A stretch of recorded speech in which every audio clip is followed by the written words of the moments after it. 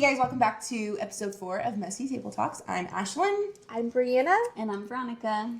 So today we want to go a little bit deeper from our episode 3, last week's, which was talking about community. And I feel like we could go just a little bit deeper on the subject as far as like what are the core values, like when you're looking for a community, like what are the things, like what are your basically like hard no's, I guess, if you will, or because I know like last week there was like a certain part in the, because I rewatched it. You guys rewatched the podcast? Yeah. So obviously. Yeah, no. Five times. Notes. God, I need to fix this. Yeah. But there was one part in there where like we stated that you're not someone's friend because of their life. And so, but I think we also need to clarify that if their life doesn't align with like your values or maybe like your morals, ethics, or just even viewpoints as a Christ follower, then obviously like there's some things that need to get worked out there. So anyways, so with all that to say, we're just going to go dive in. Part 2. Yeah. Great. Yay. Who wants to go first? So I guess just presence, like how, well, we kind of touched on that last week, like showing up with the accident. Showing up. Which you made it here. Yeah. Thank God. Thank God. I was scared. I'm going to get off on the whole tangent. Do it. Well, I was going to say, dude, that street, I feel like I could have crashed again. Bro, that street You live is in a dangerous bad. area. Huh. I really don't. I come home all the time on this street, and I'm fine. I was intentionally like, I'm going to stay back. The car behind me better stay back. No, like it's a green light, and for some reason people are stopping. But because it piles up like So that. do you see what I'm saying? Well, no, that's you have to be aware that it's the traffic's not going. You have to anyway. Honestly, see, it was a whole tangent, but yeah. That's funny. Moving on. Hold on. I got it. See, you need some water. Need some water. Okay, I'm gonna do like another like X. It's to, like, the chai. I'm drinking chai too. You are? Did Okay. you hear her? She's like, need some Need some water. Okay, so are you ready? Okay, maybe like thumbs up. This is where we're good. Jojo, it's gonna help. It's gonna help. You laughed now. It's gonna help. Okay, you're good. Good. Okay. All right. You lost me. Okay, go. Okay. Okay, so showing up for others, it requires like, consistency, time, and a shared life, which we kind of do. Yeah. Yeah. And I think it goes back to like what you were talking about, just like the same beliefs, and like not necessarily saying that you can't have a community with someone who doesn't have the same beliefs, because I could see where you can. Yeah. But I think it's just not the same. It's more of like a sharing Jesus with that person. But I'm not going to tell that person XYZ because, you got to protect your testimony. You got to protect your family and, your kids, your husband. And I think that, you kind of got to be careful like with who you share what with, because they may not understand. Yeah. And like, and I think that's where some people get too, I think you mentioned it last week about like sensitive, or don't take everything so personal. Yes. Because I was telling Brie when we were talking about this episode, like what we wanted to go deeper in. Yeah. Because like, I decorate for Halloween. My kids go trick-or-treating. Like we partake in the Halloween things. But Brie doesn't. And she has strong convictions about it. But she's not like, oh, can't be friends with Ash because she can't go to her house. But it's like, and I think that's where it is. Or like what we were talking about earlier, you and your music. Like I'm like can't hang out with Veronica because she listens to this music. Crazy. Yeah. And that's where I think people sometimes they're it's like they're so strict on the list. It's like I need friends that, don't do this or this or this. And it's like, but you're missing like the beauty of that diverse kind of friendship group. Yeah. Yeah. Another tangent, maybe we could not go on, but as you mentioned it.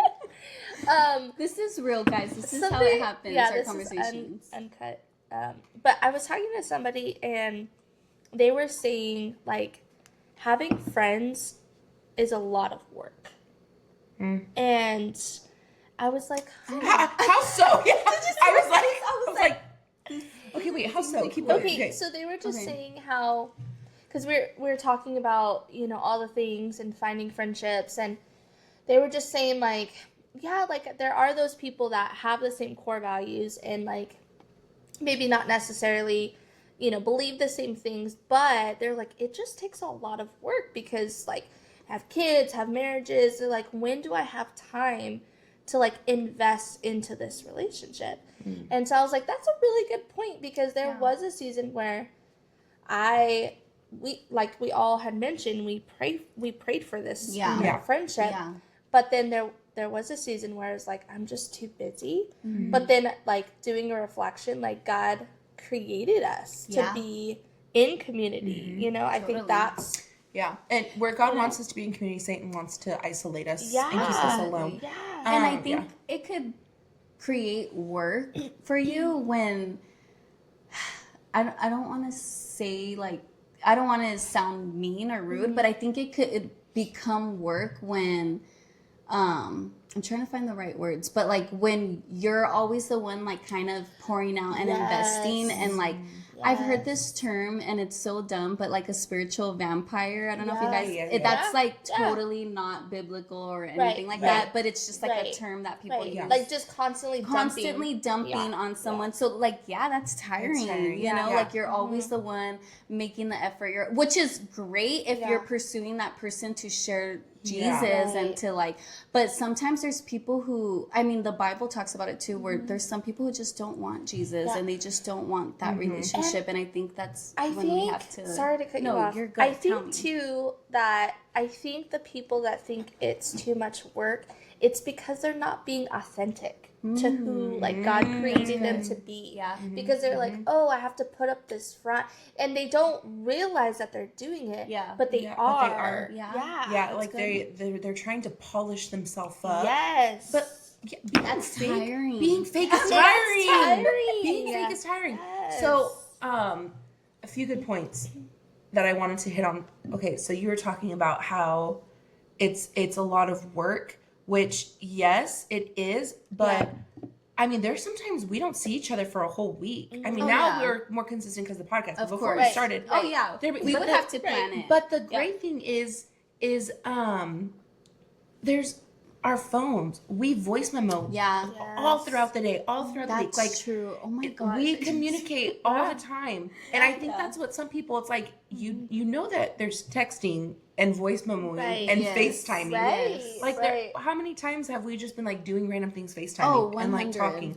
So, I mean, if there's a will, there's a way. Like, you will make it happen. And then, like, what you were saying, I was talking with a close relative, and they were saying how they always felt like they were the ones trying to make things happen.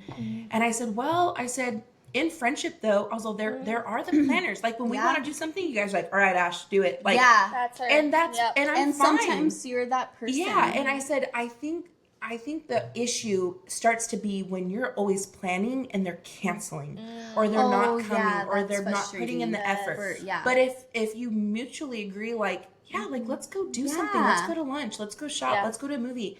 And they're all for it. And then you have to plan it. And then, but they show up. Then that's, hey, maybe you're the planner. And that's just how that dynamic's going to go. And I think I seen a video too on Instagram, and it was some lady. She was saying, like, I'm getting tired because I think I was talking to one of you guys about it, but like, I'm getting tired because like, you know, I'm always the one reaching out. And I think I shared this story with you with my cousin, when I was always the one reaching out, like, hey, like, she's my sister cousin. And then I remember there was a season in my life, and I was like, I'm not going to call her anymore. Like, I'm the one who's always calling her. Like, it's frustrating. Like, how come someone can't call me, you know?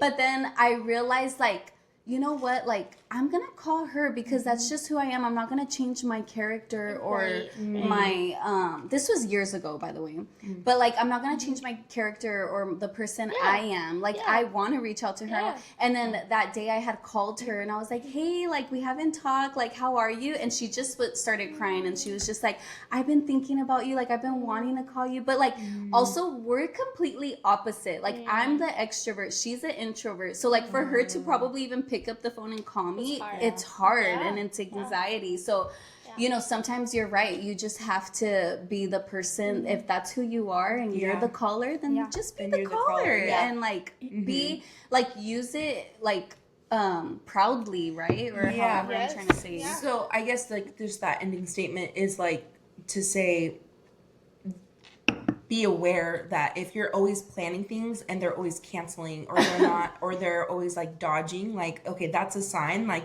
don't be putting in any more effort into that. And then also the same thing about, you know, them always just dumping and not asking, oh, how are you? Or how's your day? Or like, how can I pray for you? Or, cause then that's also, and then that's, gosh, that's taxing. That's to just completely just be pouring out all the time. And I think, which is a good transition to just mutual care, and just carrying each other's burdens, and then just celebrating with each other.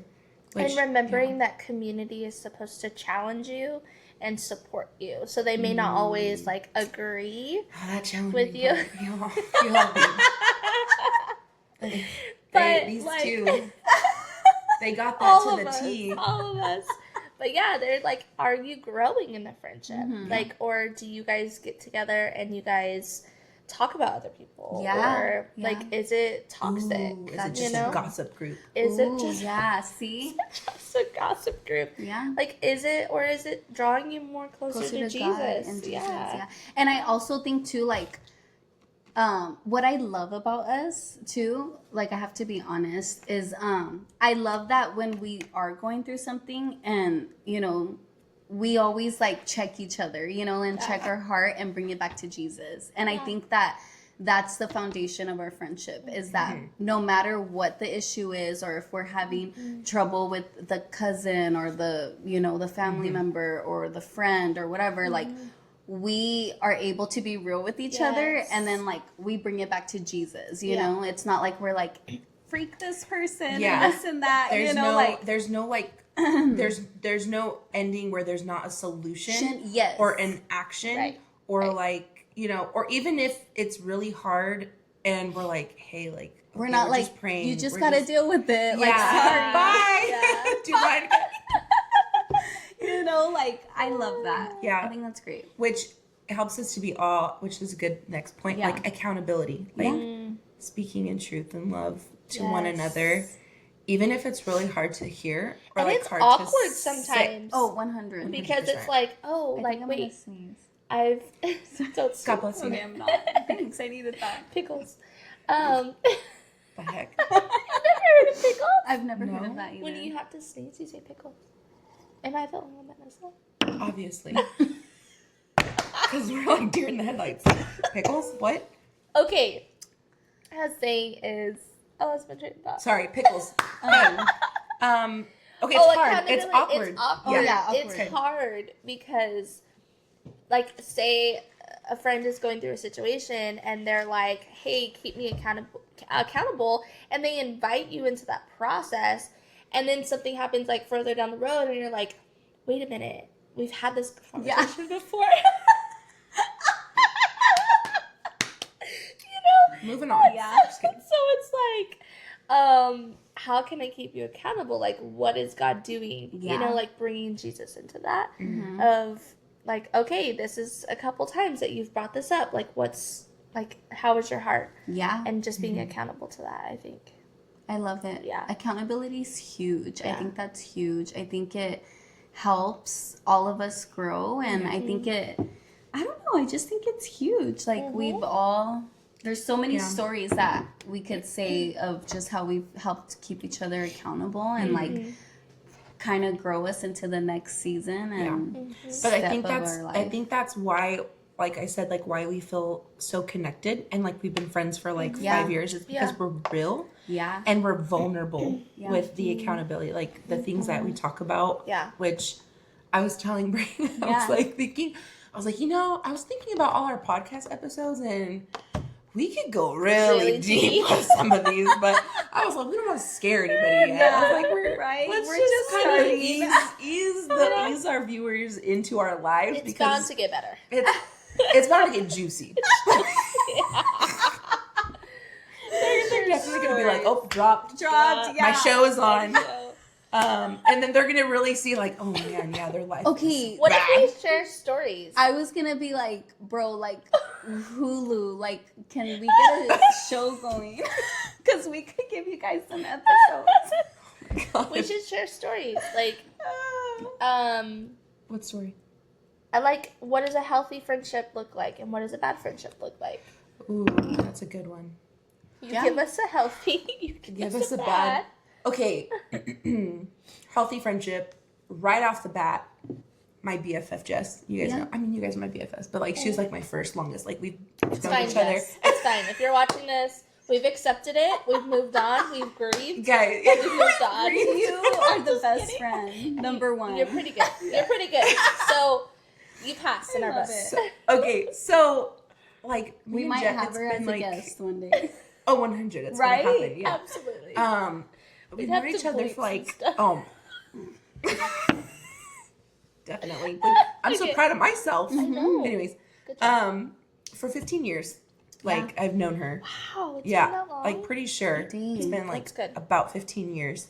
So, what's so great, and this is, okay, so remember last week when I was talking about like, hey, like be careful who you vent to. Like if you're married, like that does not apply to Jess. Like so before you guys came along into my life, like when obviously like I'd be going through stuff, whatever, like I would say, so like she is just like, she's so wise and she's so just like has a great head on her shoulders. Like pause. Okay.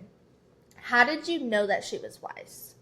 Like what made you feel like you could trust her? Yeah. Because she's not married. She's not married. She's doesn't not have kids. Yeah. have So, kids, so. It's the way that she would just talk, the way that she would just talk about like Jesus and being really open about what's going on in her life. Yeah. And it started mostly just in like a friendship, kind of thing.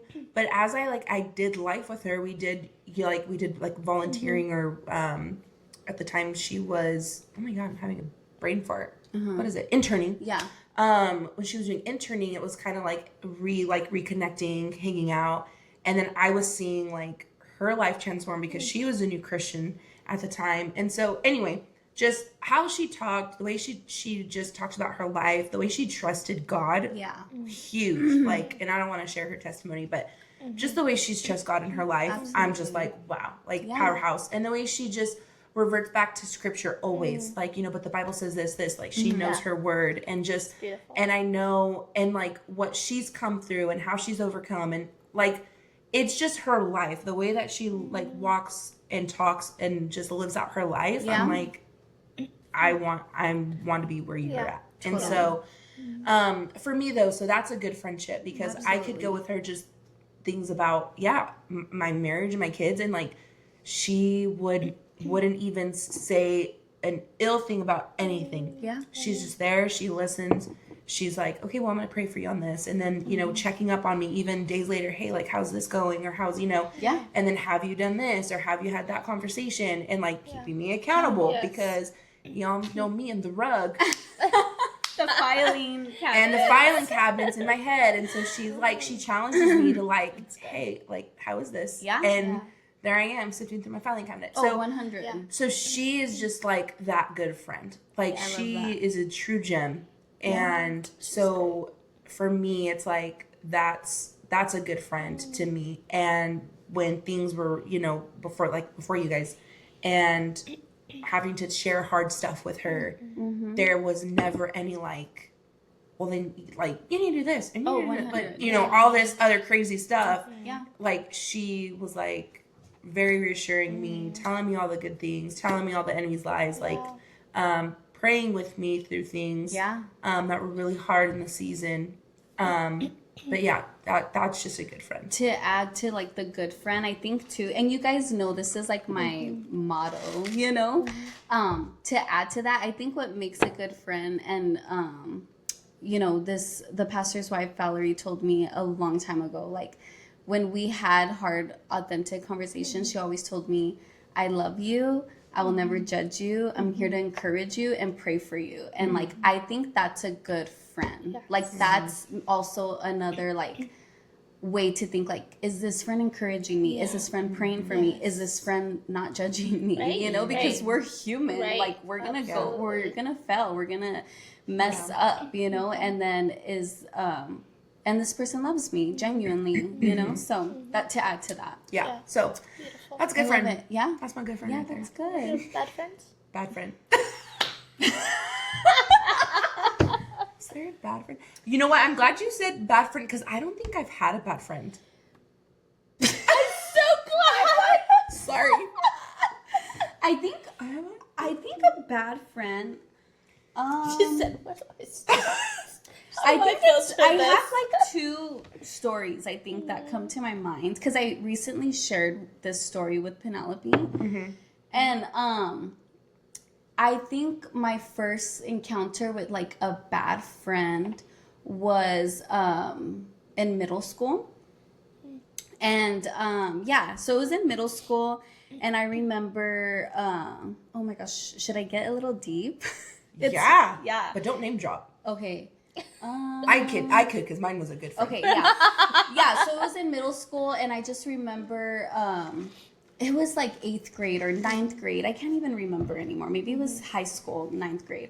And then I just remember she was telling me, like, hey, like, you know, Veronica, like, if a boy like really likes you, like, you know, you gotta be with them. And then I just remember thinking, like, oh, I've never been with anyone. Like, I wasn't Christian. I didn't know, like, I had to wait till marriage. I didn't know any of that stuff. Oh, so she meant like be with them, Yes. And like so sex. Yes. Okay. And so I was like, yeah, be with them. No, yeah, seriously. And so I just remember I was like, okay. And I remember telling my mom like what she told me. And my mom right away was like, that is not a good friend. She's like, if she was a good friend, she would have told you, wait till you get married. She would have told you, like, hey, like, that's not true. Like, you know, so I was sharing this with Penelope because I want her to be that good friend. She's in middle school. Yeah. And, you know, it's just kind of a lot in middle school. You know, I don't know what they go through. And like me, it's more like kissing or holding hands. Right. I don't go like that deep. Sometimes I do, but like, I just think, like, I just want her to be that good friend. Like, don't be a bad friend. Like, a bad friend is, like, wants you to fail because they're failing. Right. You know, like, she already messed up and she already did her stuff, so she wants you to do it too. Right. Like, no, a friend should want you to be support better and do better and support you, you know? Like, to be a girl's girl, you know? And then I think another story that I have is also, like, now, like, in marriage, I would even say, like, a bad friend is, like, someone who's, like, you know, if you're in a marriage, I feel like if they're telling you to, like, leave your husband or leave your family, or, like, oh, who cares what your husband has to say, like, it's, like, that's a bad friend. Like, that's a unity, and that's, like, do you guys get where I'm going? It's a covenant, you know, do you get what I'm trying to say? So I just feel like that's also a bad friend. Of course, abuse and you know other deeper things like that, like, no, absolutely, like, yes, leave. There's you want to take it before the Lord and weigh it, absolutely. But, like, you know, there's a fight, and then again, I think that's why you don't tell people what you go through with your husband if you're not married, because they're not going to understand unless that covenant. Wise. Yeah, you know, unless they're wise. And so I just feel like a bad friend is just not for you. Like, they're not. And then also I think a bad friend is like understanding like situations. Like, you have to not take things. You have to not be offended. You know, and you can't be offended. You can't take things like personal, because it's not about you. Like, sometimes you have to realize, like, it's not about you. Right. And don't be offended about things because you just can't. People are different. We're human. We're going to fail each other and we're going to mess up. And if you really are offended, like, come to each other and like voice it, because I bet you anything there's just miscommunication, you know? Yeah. Or something I've been learning is like your emotional health. Like God desires us to be emotionally healthy, and it's a lifelong journey of, you know, your rule of life, your rhythms, and your emotional health, mental health. But I think in friendships we get so emotional about things, about offended easily, you know, like totally. I think people take things, they're too sensitive. They take 100. things to you their post own. something on Instagram, Yeah, it's like, oh, delete me, block me if you follow this. Like, go heal. It's like girl, I think that's another segment, that the mean girl era, the 30-year-olds that are still mean girls. Like, why are we still doing that? I don't know. No one wants to be your friend. Yeah. And maybe that's why you don't have community. I'm just being real. Yeah, like, don't edit this out. No, but you're so right. Like, people get too offended. You got your own stuff that you need to work out, and you're just like, you need to deal with it. Yeah. Okay, like when you guys talk about stuff that like is totally me, and I'm just sitting there like, yeah, guys. But imagine she got offended and she was like, I'm done with this friendship. She got triggered. Triggered? Me? Triggered? Come on. But like, you know, and I do feel though, like if Ashlyn... What? Tell me. I'm sorry. No, it's okay. I want to see what she was going to say. I was going to say, and if Ashlyn did have an offense or was triggered, she would tell us. She would be like, hey, 100%. like, 100%. She would be like, hey, like, this hurt my feelings. Because she's emotionally healthy. Yeah. Like... Let's not go that far. I'm kidding. I am. No. And there's trust. I'm not. There's yeah, trust there's here. trust. Yeah. Because I know if like one of you said something or did something, I'd be like, hey, like that kind of, and you wouldn't take it, be like, oh, I'm so sorry. Yes. One of my mentors said that when you get triggered about things, usually or oftentimes it's an indicator that the Holy Spirit wants to bring something to your mind that he wants to heal. That's good.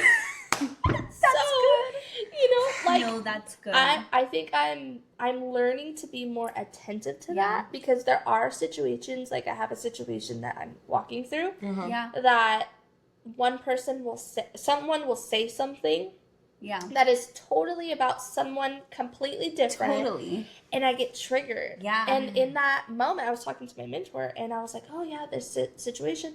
And I got triggered. And she's like, oh, well, that's probably an indicator that God wants to deal with that. Like, something either was broken, you were hurt, there was some trauma or something that needed to be taken care of. Or you have, like, an ego thing that's going on. Yeah. And I'm like, oh. That's not it. Oh. It's the healing one. It's the healing one.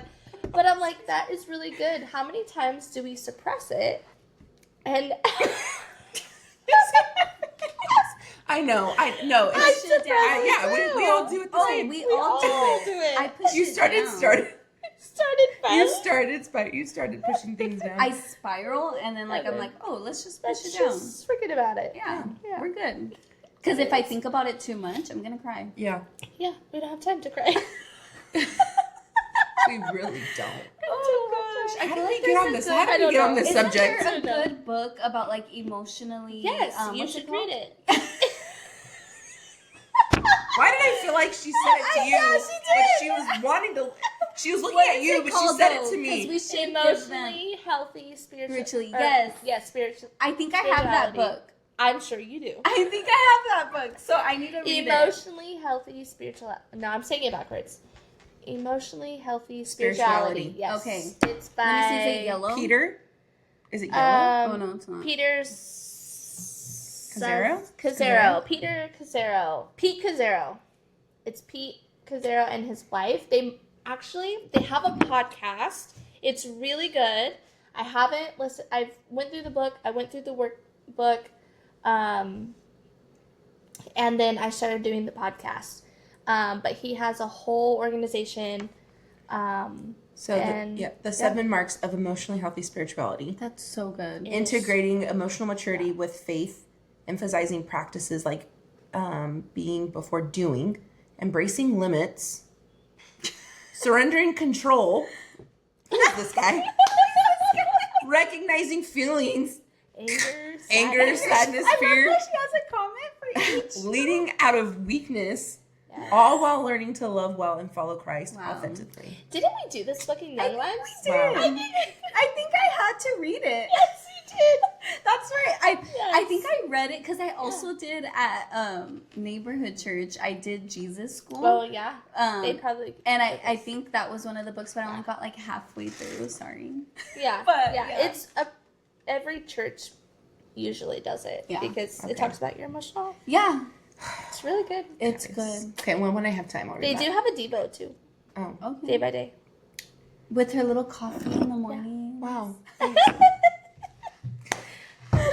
All the things. what are you So, What being were we real. talking about? Do you have any input good on good friends and bad bad friends? Oh, let me tell you. I don't think we got that much time. I don't think we have time. Because I you've think you guys- encountered a lot of people in your lifetime. Yeah, I man. have And you your know lifetime. everybody. I don't You You know. know everybody. My husband knows everything. That's so true. Oh my god. Not me. And he has a story He with has everybody. Everyone's his brother. And everyone's his sister. Or an ex. Or an ex. I'm like, whoa. Can't keep track. Okay, you guys are going dropping names here. No, we're not. We just said ex. Oh, guys. Tell you guys, it can get juicy. Yeah. Friends, bad friends. Yeah, I think you guys pretty much said it. It's a lot. It's a lot. I don't think I've ever really had like a really good friend. Yeah. Like us. Yeah. Like I've had good friends, but like remember the conversation we were having like months ago, like best friends? Yeah. How everyone's like, oh that's my best friend. Yeah. If you guys call either one of these your best friend, you're lying. I'm sorry. Okay, just kidding. So, you're not. It's okay. It's okay. This is juicy. It's like, they may be your best friend, and that's good for you. I can't do Cringe. Okay. Okay, So, just months so- ago. Cringe? Yeah, I say cringe. Months Tells me cringe all the months time. ago, we had the conversation about like best Best friends, friends yeah. Yes, and like yes. labeling friendships, and I think you like going back to the core values, like being real, being authentic to who you really are. Like, don't play a front. And I think people are like desire this deep friendship, but they're not going deep. It's all Yeah. in us. I think because there's a Yeah. fear there. Yeah. I think there's a fear of vulnerability, because that Yes. is me. Yeah. 100. Yeah. I also want to say, I think sometimes too, people put people on a pedestal, like in the friendship. Yes. And I think that's how friendships end up dying, yes. because they're like, oh my gosh, like I thought XYZ about It's like you. way up here. And it's Oh, like, yeah. I'm not Jesus, bro. Like, Anthony had to tell me that this weekend. Like, he had to remind me that he's not Jesus and he's not perfect. and I was like, where's your heart crushed? oh, yeah. But, like, it's so real. Like, Right. you know, I was like, oh, like, Yeah. you're right. You're not Jesus. You're not Yeah. perfect. Like, you will fail me. And vice versa. I'm going to Yeah. fail you. I'm not well, I'm just kidding. But I'm not perfect. Right. I'm gonna fail, like, and I think it just points back to why we need Jesus, why we need a savior. And I forgot where I was going with this. Pedestal. Pedestal. And like, yeah, so people put people there, Yes. and like when stuff hits the Yeah. fan, When they fail, yeah, When they fail it's or like, something I'm bad done. happens. I don't like it's you like, are oh, not I can't the believe this. yeah, Like, you're why not did the you do friend this? I Yeah. thought you were, Yeah. and blah blah blah. But it's like, I thought you were my friend. Yes. I need you. Like, Yeah. I'm going through it. Yes, You know. absolutely. Okay, so ending. I think we pretty much hit on everything community. And so, V, you had a good challenge for everybody. I challenge you guys to tag us on your next coffee date with someone. Invite that friend out for coffee. Maybe invite them. If you guys have kids, invite them over to your house in the mess. Be authentic, be real. Like, you didn't get to the dishes. It's okay. Like, maybe you didn't get to the grocery store, but you have fish sticks or seaweed like us. Leftover dinner carrots. Yeah, leftover dinner carrots. Yes.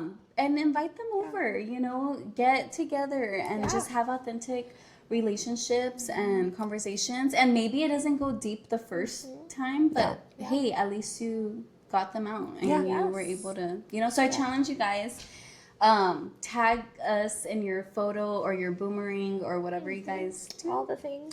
Yeah. And even if it's just like texting a friend, like, hey, thanks for being a really great friend, or like, hey, thinking of you, X, Y, and Z. Like, as long as you can share, like, hey, I see you, and thanks for being my person. Yeah, thanks for being my person, guys. Yeah. Thanks. I challenge you guys too. To text to what? each other. To encourage like a friend or someone that's on your, absolutely. I don't have any. I will definitely. No, I do. But there's someone, There's. we can text and encourage and be like, hey, because like we're good friends. We are. So someone will love to be We're our not friend. perfect. Yeah. We are not. Someone would love to be our friend. Someone would love to be our friend. All right. Thanks. Bye.